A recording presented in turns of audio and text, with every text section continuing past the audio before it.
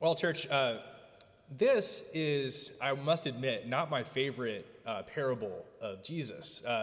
I got really excited when I opened the lectionary. I saw that I was preaching this week, and it said Matthew 25. And like any good progressive minister, I thought, yes, the parable of the sheep and the goats. I'm going to do, for I was hungry and you fed me. I was thirsty and you gave me drink. I was naked and you clothed me. I was sick and in prison and you visited me. But then I looked and I saw, oh no, it's the parable of the talents. It's not the most scrutable of Jesus' parables, like every one of Jesus' parables. It's a story that has multiple interpretations, and it isn't really one that most people list among the most notable sayings of Jesus. It's a little bit obscure. So I thought I would start by just kind of breaking down the story as it's presented by Jesus in the parable, give some possible interpretations, and then give what I think is the most helpful interpretation for the world today. Jesus tells the story of a master of a house who goes on a journey. It doesn't say how long the journey is. You have to imagine that it was for a good period of time. And this master entrusts his possessions with 3 servants. He gives 5 talents to one, 2 to another, and 1 to another. Now, what is a talent? A talent is a unit of measurement that was started in the Greek world. It comes from the Greek word talenton. Okay, very good. Good pronunciation on my part. Good job, Zach. It's about 80 pounds in today's measurements of silver. Okay, so you imagine a weight of silver. Talenton literally means scale or measurement. So you imagine Lady Justice with her scales. It was 80 pounds or 36 kilograms, give or take, of silver. Okay? Now, a talent is worth about, in Jesus' economy, 6,000 denarius. So remember, the other parable of Jesus is well known, of the workers in the vineyard. Each one of them was given enough of 1 day's labor, which is 1 denarius. Okay? So in today's economic terms, a talent is the equivalent of 16 years of labor. 16 years of labor. So you can do your own calculation in your head. Whatever you make in a year, times that by 16, that's how much was given to the one that was given the least. Now do 16 times 5.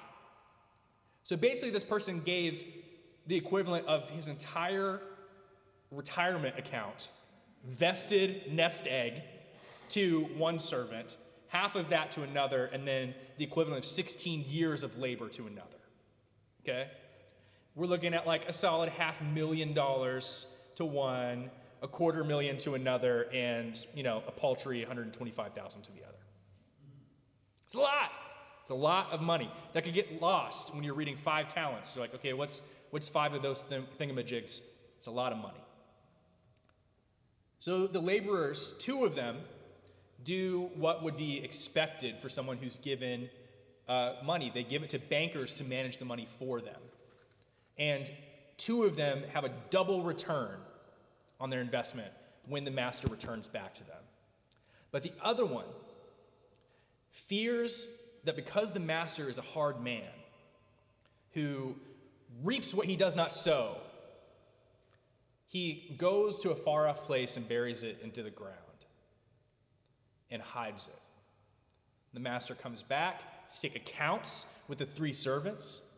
This is like an investors meeting. They're meeting with their financial advisor to check on his investments. And the one slave doubles the money, hands him a cool $1 million.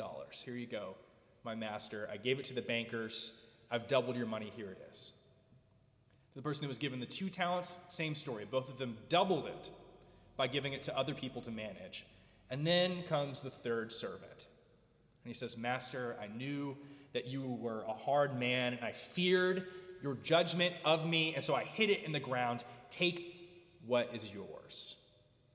And what does the master say to the slave? He says, you lazy slave, you lazy servant, go into the outer darkness where there's weeping and gnashing of teeth. Pretty harsh treatment from the master. There are many possible interpretations of this parable, as any good parable. There is a sense of, speaking of talents, like in the modern sense of the word talents. This is what I was presented with as a child when this was explained to me by my mother. My mom would say something like, Zach, you have a good singing voice, and I want you to sing in church. But, you're refusing to sing in church, and so you're wasting your talents. Don't hide your talents in the ground. You have to give your talents to God. It's kind of a twist on the word talent, but it actually works in that sense, doesn't it? If you are a talented cook, use that talent for God. Get a return on the investment. God gave you this skill, use it for the kingdom. If you're good at music, you sing in church. If you're good at building things, you use it to help people who have something that's broken in their house, right? That's one possible interpretation. My probably least favorite interpretation is the way that this parable has been co-opted by people who preach the prosperity gospel. And they talk about the investment of money in a literal sense. They say, send me a check and I will plant it as a seed and God will reap the benefit of that money and it will grow and I'll give it back to you.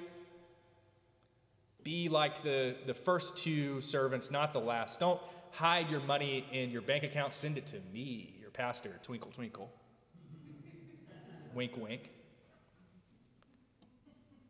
It's one possible interpretation. There's nothing within the telling of that story that prevents that from being the way that we read it.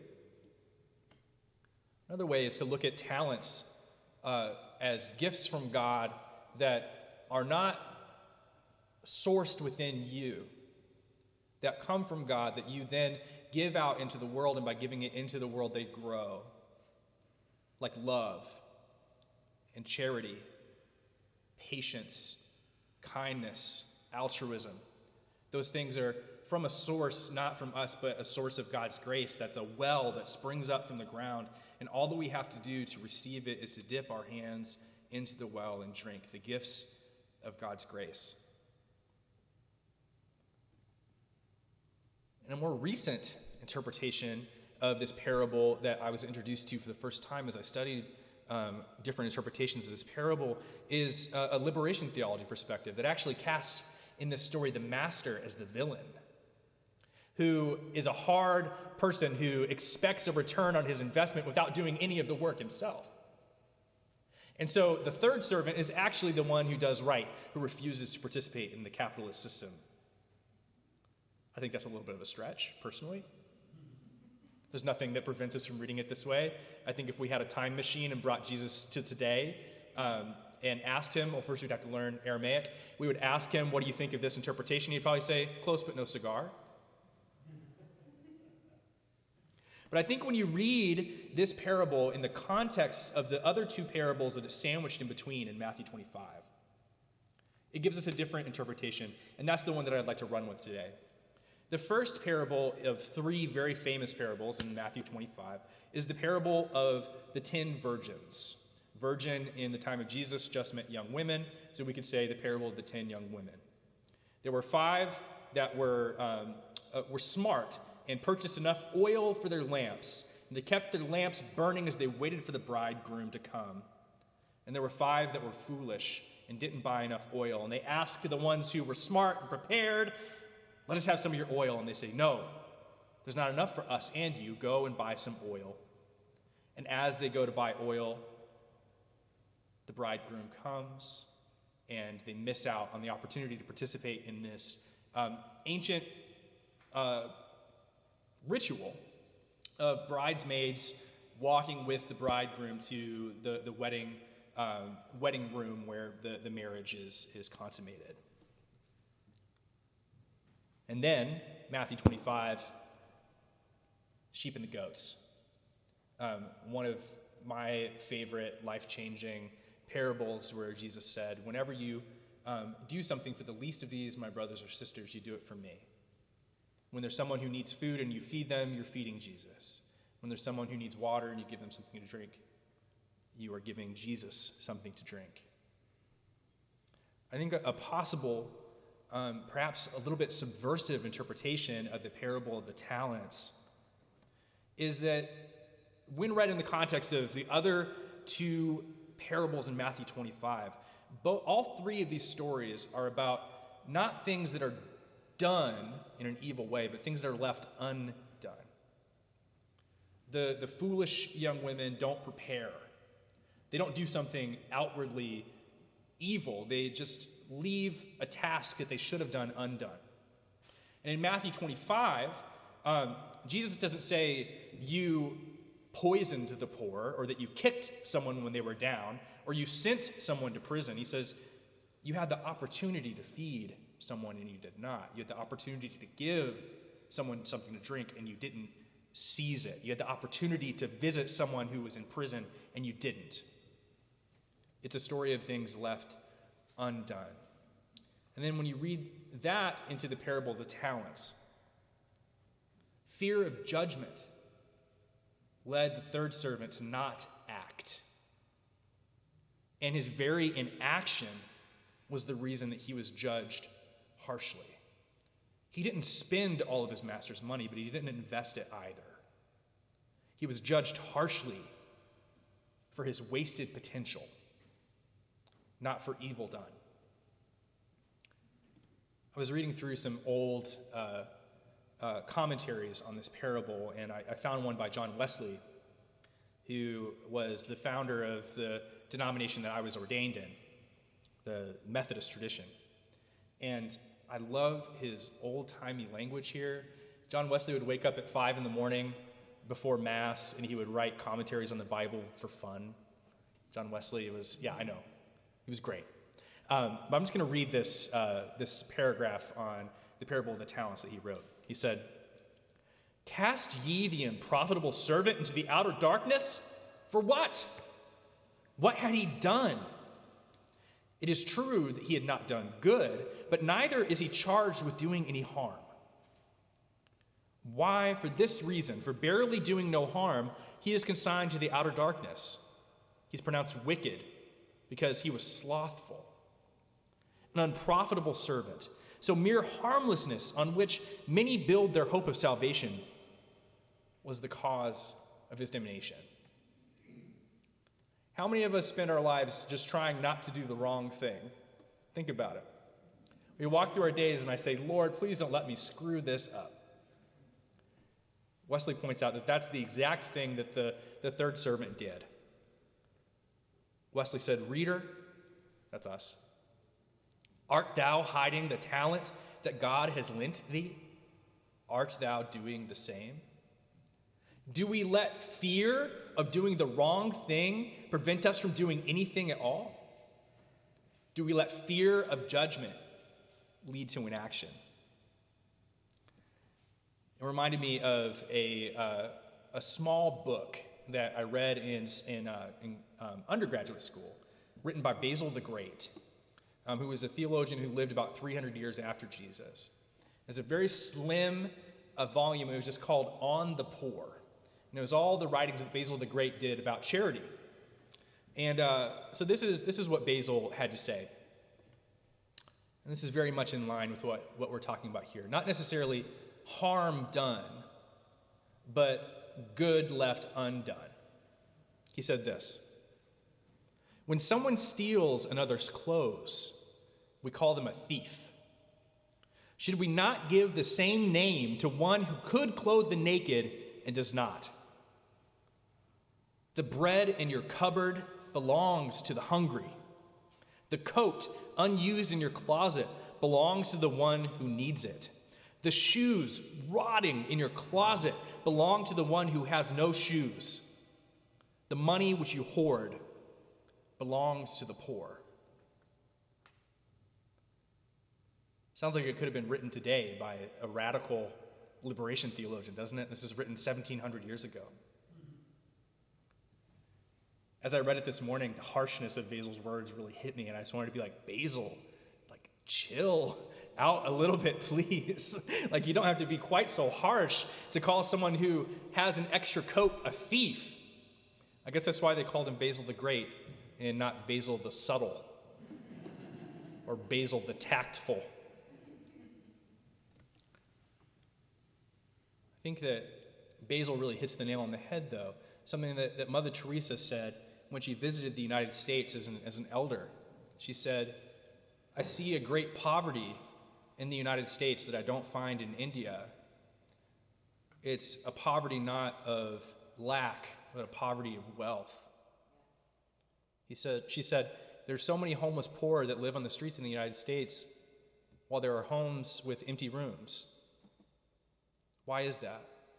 It's because of the poverty of wealth, the myth that we have not enough, while others suffer." I think it applies to material things in the way that Basil and Mother Teresa spoke, but it also applies to our silence. Martin Luther King Jr. said, "In the end, we will remember not the words of our enemies, but the silence of our friends." How often have we stood silent when we hear someone make a joke that's racist, or we see a neighbor who we don't want to cause an argument with say something that we believe to be untrue about someone who's poor or someone who's an immigrant? How often do we sit in silence because of our fear of judgment? How often do we hide the talent that God has lent us? When I was in my first year of seminary, we had a visit at Harvard Epworth United Methodist Church from Elizabeth Stroud, Reverend Elizabeth Stroud, who was one of the first in kind of the modern era out lesbians who got defrocked in her denomination by a bishop for being in a committed, lifelong relationship with a woman. She told the story about how when she was still in the closet serving as a United Methodist pastor, living in a parsonage with her partner in secret, someone came up to her and said, "What's the most precious thing in your life?" in conversation. And she said, "My cat." When in her heart she knew that it was really her partner and she was living a lie, in part because her partner was the most precious thing in her life, and in part because she didn't own a cat. But in the moment she had to come up with a lie, and living that lie ate her away slowly. And so she came out and she got defrocked. She lost her orders. And she said that while she was going through this very public, costly, embarrassing trial, people would come up to her and quietly say, "You're in my thoughts and prayers." And after a while, she thought to herself, I really don't need your thoughts and prayers whispered quietly to me in this room in private. I need your words and actions. I need you to say out loud what you don't say right now. I need you to be radical in this moment. There was a time when thoughts and prayers were radical in the fight for LGBT equality. And then now, there's a time when standing up and saying things out loud is what's necessary. I think that in the end, fear and silence, inaction, is the sin that is being warned of us in the entire chapter of Matthew 25, which happens to be Jesus' final sermon before his crucifixion and arrest. His going away address compels us to action, not the petrification of fear, not the silent thoughts and prayers, but the act of doing. It's true that through action, we might find ourselves in trouble. We might find that we have misstepped or misspoke, or in our earnestness, trying to advocate for others, we might find our foot in our mouth. We can't let the fear of doing wrong in an attempt to do good keep us from attempting the good in the first place. I'll close with this. Jesus compels us to act without fear of judgment. Says that really the true source of the problems in all three of these stories is inaction, not action. What do we have to do in order to create an environment where people can try to do good without fear that they will be in trouble if they make a misstep? How often have we spoken up or spoken out and done it imperfectly and then been judged by the very people who were supposed to be on our side? How often have we used incorrect or improper or imperfect language and been shot down or humiliated for it? How often have we tried in real sincerity to make a public statement about something or another and then been chided or slapped on the wrist by the people who are in the fight with us? Sometimes it's easier to pick on the people who are in the trenches with us than it is to face those who are really causing harm. Sometimes it's easier to get an easy win with someone on our side, to nitpick them to death to the point where they live in silence and in fear of stepping out in the first place. What can we do to create an environment where people don't fear how they will be judged if they try something, so that if we say to someone, "Where were you?" they don't say, "I judged you a hard man. And in fear, I went to a far-off place and I dug my talent in the ground." If we mock and we ridicule and we judge, if we cancel, we create an environment where people will do nothing at all. So this is a call to action, but it's also a call to grace and patience. We must act, but we also have to be patient with people who aren't quite there yet. Take those first steps towards action. That's my prayer for all of us, is that we would have the freedom to act, the freedom to stand up, the freedom to feed the hungry and give water to the thirsty, visit the sick and imprisoned, to set the captive free. That we would also be patient as people try to do that important work with us, so that we would, in doing it, create an environment where people want to do good and don't live in fear. Amen.